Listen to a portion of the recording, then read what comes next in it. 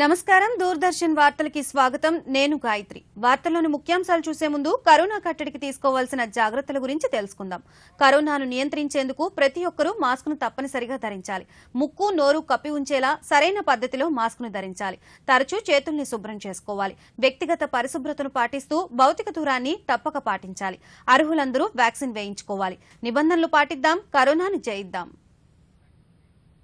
ఇప్పుడు వార్తల్లోని ముఖ్యాంశాలు చూద్దాం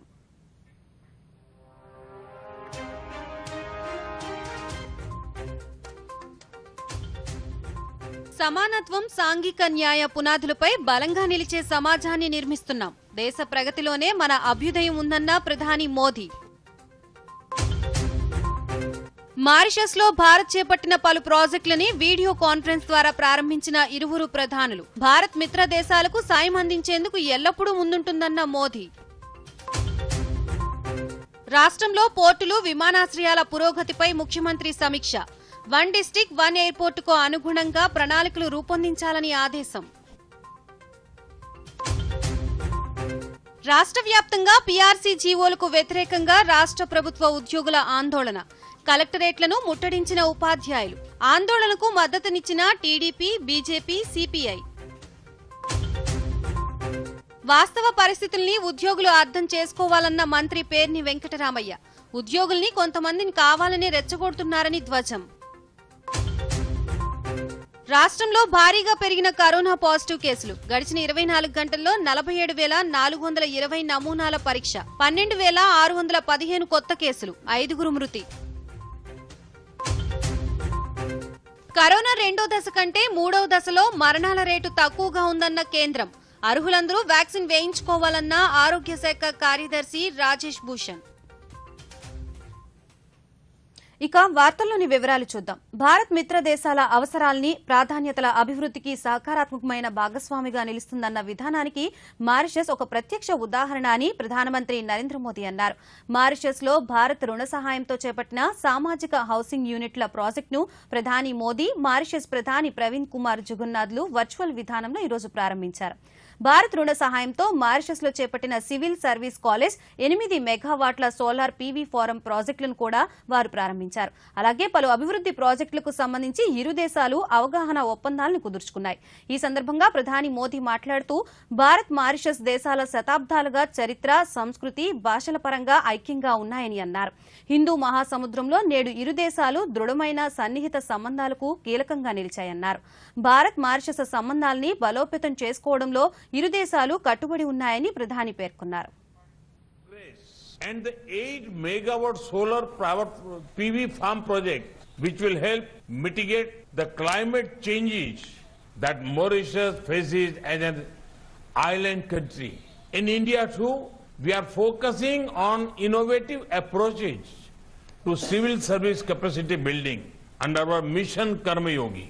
We would be happy to share our experiences with the new Civil Service College. India and Mauritius are united by history, ancestry, culture, language, and the shared waters of the Indian Ocean. Today, our robust development partnership has emerged as a key pillar of our close ties. Mauritius is a prime example of India's approach to development partnership, which is based on the needs and priorities of our partners and respect their sovereignty. Under our Vaccine Maitri program, Mauritius was one of the first countries we were able to send COVID vaccine to.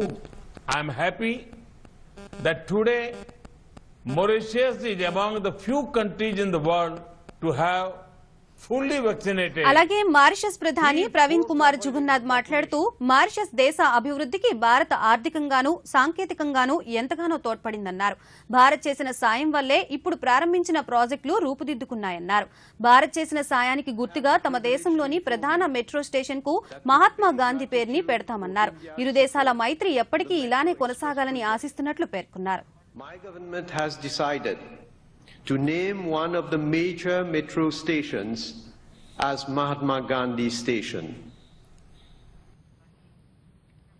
సమానత్వం, సాంఘిక న్యాయం పునాదులపై బలంగా నిలిచే సమాజాన్ని నిర్మిస్తున్నట్లు ప్రధానమంత్రి నరేంద్ర మోదీ పేర్కొన్నారు. దేశ ప్రగతిలోనే మన అభ్యుదయం ఉందని చెప్పారు. ఆజాదీ కా అమృత్ మహోత్సవంలో భాగంగా బ్రహ్మకుమారి సంస్థ నిర్వహిస్తోన్న 75 ఏళ్ల స్వాతంత్ర్య దినోత్సవాల నుంచి సువర్ణ భారతదేశం వైపు జాతీయ ఆవిష్కరణ కార్యక్రమంలో ప్రధాని వీడియో కాన్ఫరెన్స్ ద్వారా ప్రసంగించారు. అలాగే బ్రహ్మకుమారిస్ చేపడుతున్న 7 కార్యక్రమాల్ని ఈ సందర్భంగా మోదీ ప్రారంభించారు. సబ్కా సాత్, సబ్కా వికాస్, సబ్కా విశ్వాస్ తో పాటు సబ్కా ప్రయాస్ ఇప్పుడు దేశానికి మూలమంత్రం అయిందని పేర్కొన్నారు. మన ప్రజాస్వామ్య వ్యవస్థలో మహిళల భాగస్వామ్యం పెరిగిందన్నారు. దేశానికి అందరి సహకారం, కృషి అవసరమన్నారు. వివక్షకు తావులేని సమానత్వం, సామాజిక న్యాయం పునాదిగా నిలిచే వ్యవస్థను అభివృద్ధి చేయాల్సిన అవసరం ఉందన్నారు. ప్రతికూల పరిస్థితుల్లోనూ భారత్ తన స్వభావాన్ని కాపాడుకుంటుందని, ఇదే దేశ బలమని ప్రధాని పేర్కొన్నారు. स्वर्णिम भारत के लिए भावना भी है, साधना भी है. इसमें देश के लिए प्रेरणा भी है और ब्रह्मा कुमारियों के प्रयास भी है. हमारे और राष्ट्र के सपने अलग अलग नहीं है. हमारी निजी और राष्ट्रीय सफलताएं अलग अलग नहीं है. राष्ट्र की प्रगति में ही हमारी प्रगति है. हमसे ही राष्ट्र का अस्तित्व है और राष्ट्र से ही हमारा अस्तित्व है. ये भाव, ये बोध नए भारत के निर्माण में हम भारतवासियों की सबसे बड़ी ताकत बन रहा है. आज देश जो कुछ कर रहा है उसमें सबका प्रयास शामिल है. सबका साथ, सबका विकास, सबका विश्वास. आज एक और बात, सबका प्रयास, ये सब देश का मूल मंत्र बन रहा है. आज हम एक ऐसी व्यवस्था बना रहे हैं जिसमें भेदभाव की कोई जगह न हो. एक ऐसा समाज बना रहे हैं जो समानता और सामाजिक न्याय की बुनियाद पर मजबूती से खड़ा हो. जब मानव मात्र के साथ हमारा ममभाव जुड़ जाता है, अपनी व्यक्तिगत उपलब्धियों के लिए इदम न मम यह भाव जागने लगता है, तो समझिए हमारे संकल्पों के जरिए एक नए कालखंड का जन्म होने वाला है. एक नया सवेरा होने वाला है. सेवा और त्याग का यही अनुभव आज अमृत महोत्सव में नए भारत के लिए उमड़ रहा है. इसी त्याग और कर्तव्य भाव से करोड़ों देशवासी आज स्वर्णिम भारत की नींव रख रहे हैं. రాష్ట్రంలో ప్రతి జిల్లాకు ఒక ఎయిర్పోర్టు ఉండాలన్నది మంచి ఉద్దేశమని ముఖ్యమంత్రి వైఎస్ జగన్మోహన్ రెడ్డి పేర్కొన్నారు. పోర్టులు, ఎయిర్పోర్టుల నిర్మాణంపై తాడేపల్లిలోని క్యాంపు కార్యాలయంలో ముఖ్యమంత్రి ఈ రోజు సమీక్షా సమావేశం నిర్వహించారు. ఈ సందర్భంగా ముఖ్యమంత్రి మాట్లాడుతూ 1 డిస్టిక్ 1 ఎయిర్పోర్టుకు అనుగుణంగా ప్రణాళికలు ఉండాలని అధికారులను ఆదేశించారు. ముఖ్యమంత్రి సమీక్షకు సంబంధించిన మరిన్ని వివరాల్ని ఇప్పుడు చూద్దాం. రాష్ట్రంలో కొత్త ఎయిర్పోర్టుల నిర్మాణంపై ప్రత్యేక దృష్టి పెట్టాలని ముఖ్యమంత్రి జగన్మోహన్ రెడ్డి అధికారుల్ని ఆదేశించారు. పోర్టులు, విమానాశ్రయాల పురోగతిపై తాడేపల్లిలోని క్యాంపు కార్యాలయంలో ముఖ్యమంత్రి సమీక్షా సమావేశం నిర్వహించారు. ఈ సందర్భంగా రాష్ట్రంలో కొత్త పోర్టులు, విమానాశ్రయాల నిర్మాణ పనుల పురోగతిని అధికారులు ముఖ్యమంత్రికి వివరించారు. ప్రస్తుతం రాష్ట్రంలో తిరుపతి, కడప, రాజమండ్రి, విశాఖపట్నం, విజయవాడ, కర్నూలులో 6 విమానాశ్రయాలు నిర్వహణలో ఉన్నాయని పేర్కొన్నారు. ఈ సందర్భంగా ముఖ్యమంత్రి మాట్లాడుతూ ప్రతి జిల్లాకు ఒక ఎయిర్పోర్టు ఉండాలన్నది మంచి ఉద్దేశమని, 1 డిస్టిక్ 1 ఎయిర్పోర్టు ఉండాలన్నారు. అందుకు అనుగుణంగా ప్రణాళికలు ఉండాలని ఆదేశించారు. అన్ని జిల్లాల్లో ఒకే విధంగా విమానాశ్రయాల నిర్మాణం చేపట్టాలన్నారు. ఇందుకు అవసరమైన అన్ని రకాల మౌలిక సదుపాయాల కల్పనపై దృష్టి పెట్టాలని సూచించారు. బోయింగ్ విమానాల సైతం ల్యాండింగ్ అయ్యేలా రన్వే అభివృద్ధి చేయాలని పేర్కొన్నారు. ప్రస్తుతం రాష్ట్రంలో ఉన్న 6 విమానాశ్రయాల విస్తరణ, అభివృద్ధి పనులతో పాటు 2 కొత్త విమానాశ్రయాల నిర్మాణంపై ప్రత్యేక దృష్టి పెట్టాలన్నారు. విజయనగరం జిల్లా భోగాపురం, శ్రీ పొట్టి శ్రీరాములు నెల్లూరు జిల్లా దగదర్తి విమానాశ్రయాల పనులు త్వరితగతిన పూర్తి కావాలని ఆదేశించారు. ఇందుకు అవసరమైన చర్యల్ని వేగవంతం చేయాలన్నారు. నిర్వహణలో ఉన్న విమానాశ్రయాల విస్తరణ పనుల్ని కూడా ప్రాధాన్యత క్రమంలో చేపట్టాలని, దీనికి సంబంధించిన కార్యాచరణ ప్రణాళికను సిద్ధం చేయాలని పేర్కొన్నారు. నిర్ణీత కాల వ్యవధిలోగా పెండింగ్ సమస్యలు పరిష్కారం కావాలన్న ముఖ్యమంత్రి గన్నవరం విమానాశ్రయం విస్తరణ పనులపై ప్రత్యేక శ్రద్ధ పెట్టాలన్నారు. రద్దీకి తగినట్లుగా మౌలిక సదుపాయాలు, విస్తరణ పనుల్ని వేగవంతం చేయాలన్నారు. సీపోర్టులపైన సమీక్షించిన ముఖ్యమంత్రికి రాష్ట్రంలో కొత్తగా చేపడుతున్న పోర్టులు, ఫిషింగ్ హార్బర్ పనుల ప్రగతిని అధికారులు వివరించారు. రాష్ట్రంలో చేపడుతున్న 9 ఫిషింగ్ హార్బర్లు, 3 పోర్టుల్ని అత్యంత ప్రాధాన్యతగా తీసుకుని నిర్మాణం చేపట్టాలన్నారు. పనులు వేగవంతం చేయాలని ముఖ్యమంత్రి అధికారుల్ని ఆదేశించారు. భావనపాడు, రామాయపట్నం పోర్టుల పనులు త్వరలో ప్రారంభమవుతాయని అధికారులు ముఖ్యమంత్రికి వివరించారు. అలాగే 9 ఫిషింగ్ హార్బర్లలో తొలి దశలో నిర్మాణం చేపడుతున్న 4 ఫిషింగ్ హార్బర్లను అక్టోబర్ నాటికి పూర్తి చేస్తామని అధికారులు పేర్కొన్నారు. తొలి దశలో తూర్పుగోదావరి జిల్లాలోని ఉప్పాడ, గుంటూరు జిల్లాలోని నిజాంపట్నం, కృష్ణా జిల్లాలోని మచిలీపట్నం, శ్రీ పొట్టి శ్రీరాములు నెల్లూరు జిల్లాలోని జువ్వెలదిన్న జిల్లాల్లో ఫిషింగ్ హార్బర్ల నిర్మాణం, రెండో విడతలో చేపడుతున్న మిగిలిన 5 హార్బర్ల నిర్మాణాన్ని నిర్దిష్ట కాల పరిమితిలోగా పూర్తి చేస్తామని అధికారులు ముఖ్యమంత్రి దృష్టికి తీసుకువెళ్లారు. అలాగే 5 ఫిషింగ్ హార్బర్లకు త్వరలోనే టెండర్లు ఖరారు చేస్తామన్నారు. కాగా రెండవ దశలో శ్రీకాకుళం జిల్లాలోని బుడగట్లపాలెం, విశాఖపట్నం జిల్లాలోని పూడిమడక, పశ్చిమ గోదావరి జిల్లాలోని బియ్యపుతిప్ప, ప్రకాశం జిల్లాలోని ఓడరేవు, కొత్తపట్నంలలో ఫిషింగ్ హార్బర్ల నిర్మాణం కానున్నాయి.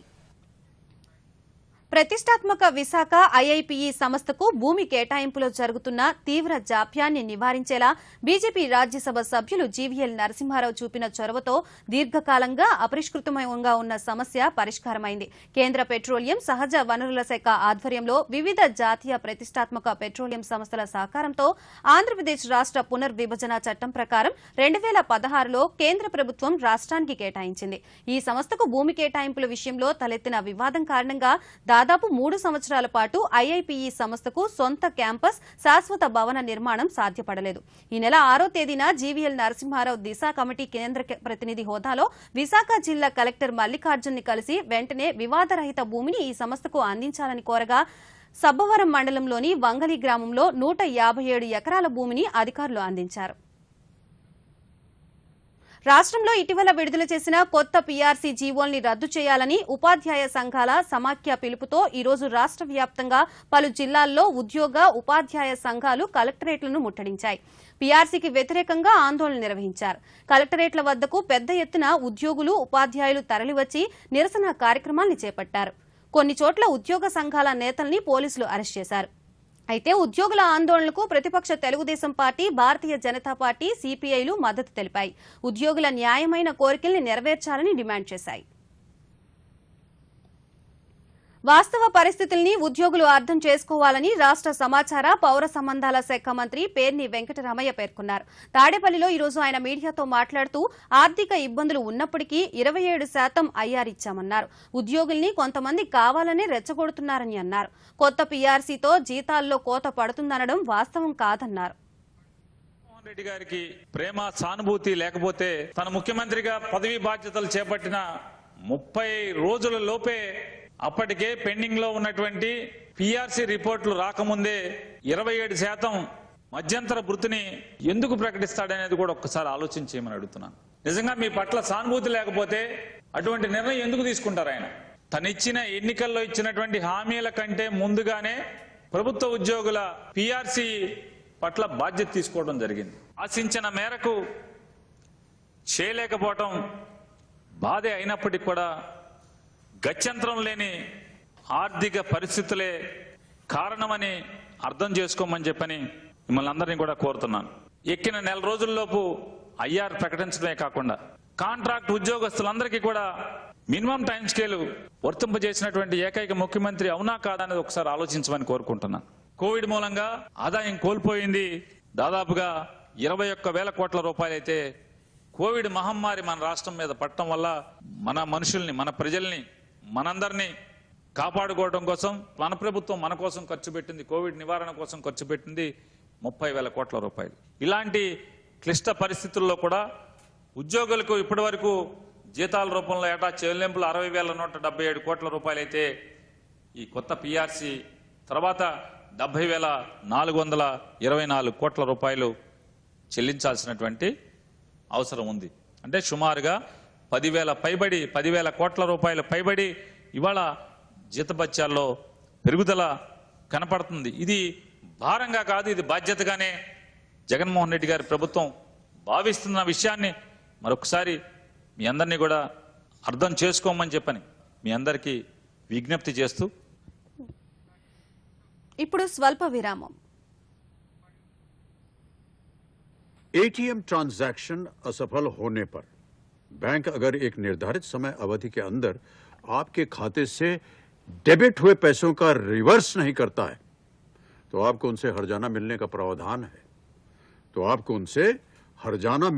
प्रावधान है। बैंक ने यदि इस तरह का मुआवजा आपको स्वतः ही नहीं दिया तो आप आरबीआई के लोकपाल को complaint management system CMS portal पर जाकर के शिकायत कर सकते हैं। आरबीआई कहता है जानकार बनिए, सतर्क रहिए। తిరిగి వార్తలకు స్వాగతం. రాష్ట్ర పరిస్థితిని అందరూ అర్థం చేసుకోవాలని ప్రభుత్వ చీఫ్ విప్ గడికోట శ్రీకాంత్ రెడ్డి అన్నారు. ముఖ్యమంత్రి కార్యాలయం వద్ద ఈ రోజు ఆయన మీడియాతో మాట్లాడుతూ ఉద్యోగులకు నష్టం చేయాలన్నది ప్రభుత్వ ఉద్దేశం కాదన్నారు. ఖచ్చితంగా ఉద్యోగులతో చర్చలు జరుపుతామన్నారు. ప్రభుత్వం ఎప్పుడూ మొండిగా వెళ్లదన్నారు. కొందరి మాటలు విని ప్రభుత్వంపై బురద చల్లవద్దని హితవు పలికారు. కరోనా సమయంలోనూ ప్రభుత్వంపై ఎంతో భారం పడిందన్నారు. అందరికీ మంచి చేయాలని ఆలోచించే ప్రభుత్వం తమదని తెలిపారు. ప్రభుత్వాన్ని అస్థిరపరచాలని కొందరు కుట్రలు చేస్తున్నారన్నారు. ఆ రోజు పచ్చ మీడియా కూడా రాసినటువంటి రోజులు అయినా కూడా ఈ సంక్షేమ కార్యక్రమాలతో పాటు అయ్యారటువంటిది 27% ఇవ్వండి అని చెప్పి ఆ రోజే స్పందించి అడగకపోయినా కూడా ఉద్యోగస్తులకు చేయాలని చెప్పి ఆలోచన చేసిన ప్రభుత్వం ఇది. మరి అయ్యారు ఆ రోజు 27% ఇవ్వకుండా ఉందంటే 18,000 కోట్ల భారం ప్రభుత్వం పైన పడుండేది కాదు. మరి ఆ 18,000 కోట్లతో మా ప్రభుత్వానికే స్వార్థంగా ఉన్నటువంటి అయ్యారు చెప్పకుండా ఆ 18,000 కోట్లతో మొత్తం కాంట్రాక్టుల బిల్లులన్నీ కూడా క్లియర్ చేసిన ఆ ప్రభుత్వం దాదాపుగా ఎన్నో వేల కోట్ల పెండింగ్ లో పెట్టినటువంటిది 80,000 కోట్ల రూపాయల కాంట్రాక్టులు పెండింగ్ లో పెట్టిపోయింది ఆ ప్రభుత్వం. అటువంటిది ఆ ఐఆర్ అటువంటిది మేము 18,000 కోట్లు సేవ్ చేసుకుంటే ఆలోచన ఉన్నప్పుడు చిన్న చిన్న కాంట్రాక్టుల బిల్లులు అన్ని కూడా క్లియర్ చేస్తుండొచ్చు. రాష్ట్ర ఆర్థిక పరిస్థితిని అర్థం చేసుకోమని కోరినాం తప్పితే ఏ రకంగా ఉద్యోగస్తుల్ని నష్టపరచాలన్నటువంటి ఉద్దేశం ఈ ప్రభుత్వానికి ఎప్పుడు కూడా ఉండదు. ఉద్యోగస్తుల్ని వేరుగా ప్రభుత్వం ఎప్పుడు భావించదు. ప్రభుత్వంలో ఒక భాగంగా ఉంటుంది, కుటుంబ సభ్యులుగా భావించడం ఈ ప్రభుత్వం. దయ ఉంచి మీరు ఎటువంటి మిమ్మల్ని ద్వేషించేటువంటి వాళ్ళ ట్రాప్లో మీరు పడకండి. వాళ్ళ మాటలు విని వాళ్ళ దారిలోకి వెళ్ళకండి. ఈరోజు ఐఆర్ ఆ రోజు ఒక 3% 2% ఇచ్చినా కూడా మీరు ఆ రోజు కోరిండే వాళ్ళు కాదు, ఒప్పుకునేటువంటి వాళ్ళు. కానీ పరిస్థితులు బాగుంటాయి, రాబో రోజులలో రాష్ట్ర ఆదాయం బాగా పెరుగుతుందని చెప్పి ఆ రోజు జగన్మోహన్ రెడ్డి గారు 27% ఇవ్వడం కూడా జరిగింది. ప్రస్తుత అధికార వైఎస్ఆర్ కాంగ్రెస్ పార్టీ గత 5 ఏళ్ల పాలన చేసిన తెలుగుదేశం పార్టీ రాష్ట్ర అభివృద్ధికి చేసిందేమీ లేదని బీజేపీ రాష్ట్ర అధ్యక్షుడు సోము వీర్రాజు ఆగ్రహం వ్యక్తం చేశారు. భారతీయ జనతా పార్టీ అనంతపురం జిల్లా ముఖ్య కార్యకర్తల సమావేశంలో ఆయన మాట్లాడుతూ వీరి పాలనలో రాష్ట్రంలో పెండింగ్ ప్రాజెక్టులు అలాగే ఉన్నాయన్నారు. ఆర్థిక పరిస్థితిని చక్కదిద్దడంలో, పారిశ్రామిక అభివృద్ధి సాధించడంలో, అలాగే పెండింగ్ ప్రాజెక్టులు పూర్తి చేయడంలో కూడా ఈ రెండు పార్టీలు విఫలమయ్యాయన్నారు. వాటిని తీర్చడంలో 5 సంవత్సరాలు పరిపాలించినటువంటి తెలుగుదేశం గాని, 3 సంవత్సరాలు దగ్గర పడుతున్నటువంటి వైసీపీ గాని ఈ రాష్ట్ర ఆర్థిక పరిస్థితిని చక్కదిద్దడంలో గాని, ఈ రాష్ట్రాన్ని పారిశ్రామికంగా అభివృద్ధి చేయడంలో కానీ, ఈ రాష్ట్రానికి రాజధాని లేని కొరతను తీర్చడంలో కానీ, ఈ రాష్ట్రానికి గత అనేకమైన సంవత్సరాలుగా ఉన్నటువంటి పెండింగ్ ప్రాజెక్టులు, రాయలసీమలో ఉన్నటువంటి తెలుగంగ దగ్గర నుంచి అంద్రీనివాన్ దగ్గర నుంచి గాలేని నగర్ దాకా, అటు ఉత్తరాంధ్ర జిల్లాల్లో తోటపల్లి దగ్గర నుంచి శ్రీకాకుళంలో జిల్లాలో ఉన్నటువంటి ప్రాజెక్టు దగ్గర నుంచి, ఇవన్నీ కూడా గత 30-40 సంవత్సరాల నుంచి ఉన్నటువంటి ఆస్పిరేషన్స్, ఈ పెండింగ్ ప్రాజెక్టులు. వీటిని నెరవేర్చడంలో ఈ రెండు పార్టీలు కూడా ఘోరంగా వైఫల్యం చెందింది. ఈ రాష్ట్ర ప్రజల్ని మోసం చేయాలనేటువంటి ఆలోచనతో ఈ రెండు పార్టీలు మరలా ఉన్నాయి. భారతీయ జనతా పార్టీ ఈ రాష్ట్రాన్ని 24లో, జనసేన భారతీయ జనతా పార్టీ 24ని ఈ రాష్ట్రంలో అధికారంలోకి వచ్చి ఈ రాష్ట్రానికి సరైనటువంటి దిశా దశను ఏర్పాటు చేస్తాం. భారతీయ జనతా పార్టీ అధికారంలోకి వస్తే ఈ రాష్ట్రంలో సిమెంట్ 200 పాతికే అమ్ముతాం, భారతీయ జనతా పార్టీ అధికారంలోకి వస్తే పెండింగ్ ప్రాజెక్టుల మీద ఉత్తరాంధ్ర రాయలసీమ పెండింగ్ ప్రాజెక్టుల మీద నికర జలాలు ఇచ్చేటువంటి అంశంలో పూర్తిగా ఎల్ల వేళలా భారతీయ జనతా పార్టీ ఉత్తరాంధ్ర జిల్లాల్ని అలానే రాయలసీమ జిల్లాల్ని ఓన్ చేసుకుంటూ ఈ ప్రాంత అభివృద్ధిలో నిత్యం మమేకమై పనిచేసే ప్రణాళికను రూపొందిస్తాం. ముస్లిం మైనారిటీల సంక్షేమానికి ప్రభుత్వం ఎంతో కృషి చేస్తోందని రాష్ట్ర minorities finance corporation chairman Sheikh Asif తెలిపారు. కొత్తగా నియమితులైన 5 డైరెక్టర్ల చేత విజయవాడలో ఈ రోజు ప్రమాణ స్వీకారం చేయించారు. ఈ సందర్భంగా చైర్మన్ షేక్ ఆసిఫ్ మాట్లాడుతూ జగన్మోహన్ రెడ్డి ప్రభుత్వం ముస్లిం మైనారిటీల సంక్షేమంపై ప్రత్యేక దృష్టి సారించిందన్నారు. ఇప్పటి వరకు వివిధ పథకాల ద్వారా 3,160 కోట్ల రూపాయల మేర లబ్ది మైనారిటీ కార్పొరేషన్ ద్వారా అందజేశామన్నారు. కరోనా సమయంలోనూ సంక్షేమ పథకాలు ఎక్కడా ఆగలేదన్నారు. వాళ్ళకి అన్ని నవరత్నాల ద్వారా సంక్షేమ పథకాలు అందుతున్నాయా లేదా అనేది ఈ రాష్ట్రంలో ఉన్న 5 డైరెక్టర్ల ద్వారా వాళ్ళకి చేరువయ్యి ప్రజల్లో మమేకమయ్యి జగనన్న చేస్తున్న ఈ యొక్క ప్రజా సంక్షేమ పాలనకి అందరూ వివరించే విధంగా పనిచేయాలని, అలాగే ఈ సంవత్సరంలో 3,160 కోట్ల రూపాయలు మైనార్టీలకి నవరత్నాల ద్వారా మా మైనార్టీ ఫైనాన్స్ కార్పొరేషన్ ద్వారా ఇవ్వడం జరిగింది. ఏదైనా సరే కరోనా కష్టకాలంలో కూడా ఏదైతే మాట ఇచ్చారో జగనన్న ప్రజా సంకల్ప యాత్రలో ఆ మాటని నిలబెట్టుకొని సంక్షేమ పథకాల రథసారథిగా నిలిచిన ఏకైక ముఖ్యమంత్రి వైఎస్ జగన్మోహన్ రెడ్డి గారు. కరోనా కష్టకాలంలో కూడా ఏ సంక్షేమ పథకం ఆగకుండా అన్ని సంక్షేమ రాష్ట్రంలో కరోనా పాజిటివ్ కేసుల సంఖ్య భారీగా పెరిగింది. గడిచిన 24 గంటల్లో 47,420 నమూనాలను పరీక్షించగా 12,615 మందికి కరోనా పాజిటివ్ గా నిర్ధారణ అయినట్లు రాష్ట్ర వైద్య ఆరోగ్య శాఖ హెల్త్ బులెటిన్ లో పేర్కొంది. దీంతో ఇప్పటి వరకు రాష్ట్రంలో నమోదైన కరోనా పాజిటివ్ కేసుల సంఖ్య 21,40,056కి చేరుకుంది. ఇదే సమయంలో 3,674 మంది వివిధ ఆసుపత్రుల నుంచి డిశ్చార్జి కాగా ఇప్పటి వరకు డిశ్చార్జ్ అయిన వారి సంఖ్య 20,71,658కి చేరింది.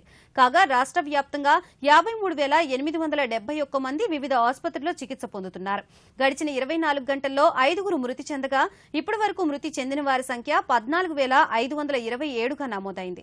3,20,12,102 నమూనాలను పరీక్షించినట్లు రాష్ట్ర వైద్య ఆరోగ్య శాఖ వెల్లడించింది. కాగా ఇప్పటి వరకు 7,68,75,037 వ్యాక్సిన్ డోసుల్ని అందించినట్లు తెలిపింది. వీరిలో 3,75,954 మంది ప్రికాషన్ డోస్ ని తీసుకున్నారు. Andhra Pradesh municipal workers and employees calendar 2022ని రాష్ట్ర పురపాలక పట్టణాభివృద్ది శాఖ మంత్రి బొత్స సత్యనారాయణ ఈ రోజు విజయవాడలో ఆవిష్కరించారు. ఈ సందర్భంగా మంత్రి మాట్లాడుతూ మున్సిపల్ వర్కర్ల కోరిక మేరకు హెల్త్ అలవెన్స్లు అందించామని, కార్పొరేషన్ ద్వారా జీతాలిచ్చే అంశంపై కూడా ప్రభుత్వం కసరత్తు చేస్తోందన్నారు.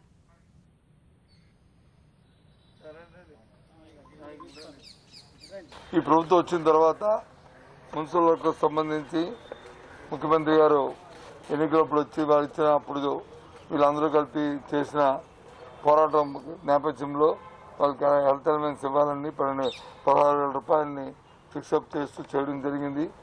వాళ్ళందరినీ కూడా అవుట్ సోర్సింగ్ అనే విధానాన్ని, కాంట్రాక్ట్ విధానాన్ని తీసేసి వాళ్ళందరినీ కార్పొరేషన్ ద్వారా అందరికి ఎంప్లాయీస్కి మరి జీతాలు ఇవ్వాలని ఆప్కాస్ని కూడా పెట్టి అందులో పెట్టాము. అయితే కొన్ని సాంకేతికమైన అంశాలను పొంది ఇంకా కొద్దిమంది అక్కడ ఇక్కడ కొద్దిమంది చాలా ఫ్యూ పర్సంటేజ్ ఇంకా కొన్ని ఇబ్బందులు కూడా ఇంకా వాళ్ళు అందులో ఇన్వాల్వ్ అవ్వడం కూడా పోవడం వాళ్ళకి వచ్చి లేట్ అవ్వడం అనేది కొంచెం జరుగుతుంది. వాటిని కూడా రెక్టిఫై చేసి 100% అందరికీ కూడా ఈ సంవత్సరంలో ఇబ్బందులు.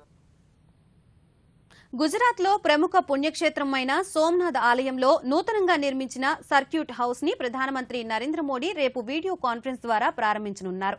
ఈ ప్రారంభోత్సవ కార్యక్రమం అనంతరం ప్రధాని ప్రసంగించనున్నారు. ప్రముఖ శైవ క్షేత్రమైన సోమనాథ్ ఆలయాన్ని ప్రతి ఏటా మన దేశం నుంచే కాకుండా విదేశాల నుంచి లక్షల మంది భక్తులు సందర్శిస్తూ ఉంటారు. ప్రస్తుత సర్క్యూట్ హౌస్ దేవాలయానికి బాగా దూరంగా ఉండటంతో సుమారు 30 కోట్ల రూపాయలతో కొత్త సర్క్యూట్ హౌస్ ఆలయానికి చేరువలో నిర్మించారు. నూతనంగా నిర్మితమైన ఈ సర్క్యూట్ లో గదుల వసతి సదుపాయాలతో పాటు డీలక్స్ రూములు, సమావేశాల నిర్వహణకు సమావేశ మందిరం, ఆడిటోరియం హాల్ వంటి వాటిని ఏర్పాటు చేశారు.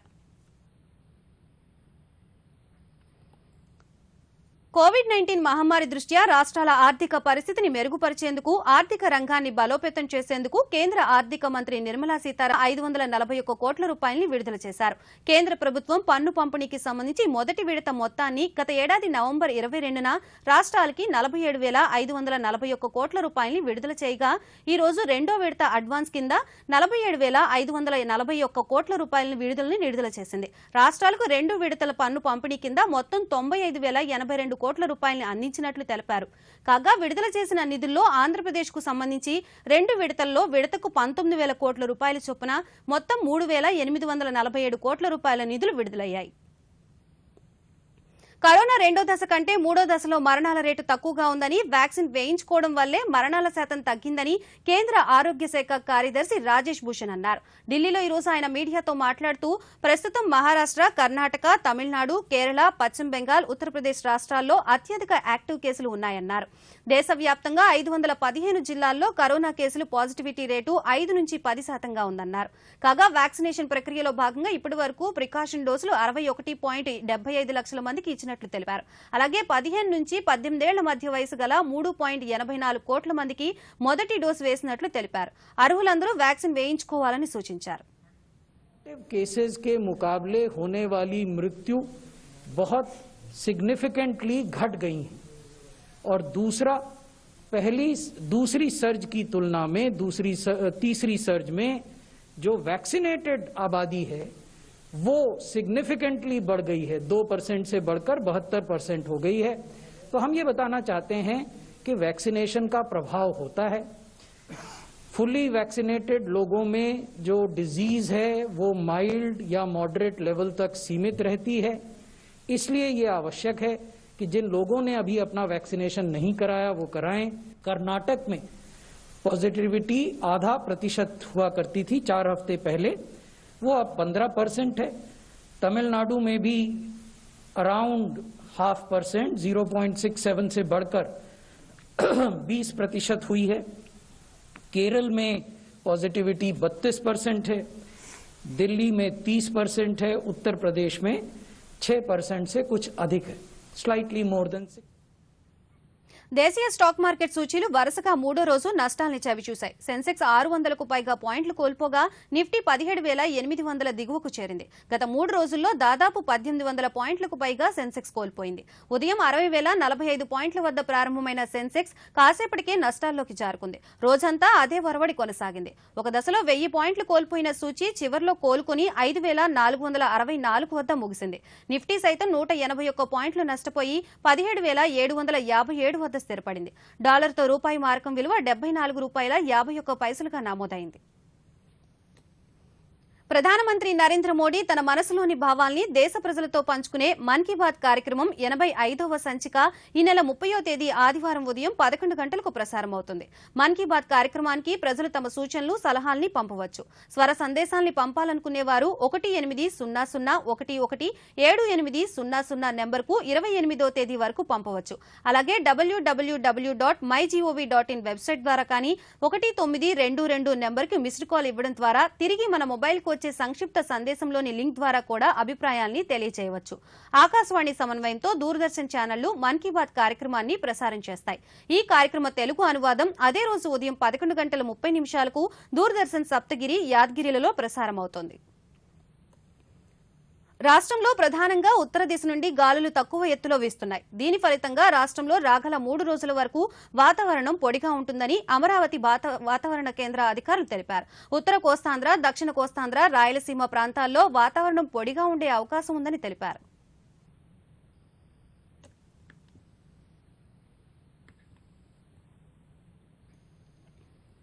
కరోనాను నియంత్రించేందుకు ప్రతి ఒక్కరూ మాస్క్ను తప్పనిసరిగా ధరించాలి. ముక్కు, నోరు కప్పి ఉంచేలా సరైన పద్ధతిలో మాస్క్ను ధరించాలి. తరచూ చేతుల్ని శుభ్రం చేసుకోవాలి. వ్యక్తిగత పరిశుభ్రతను పాటిస్తూ భౌతిక దూరాన్ని తప్పక పాటించాలి.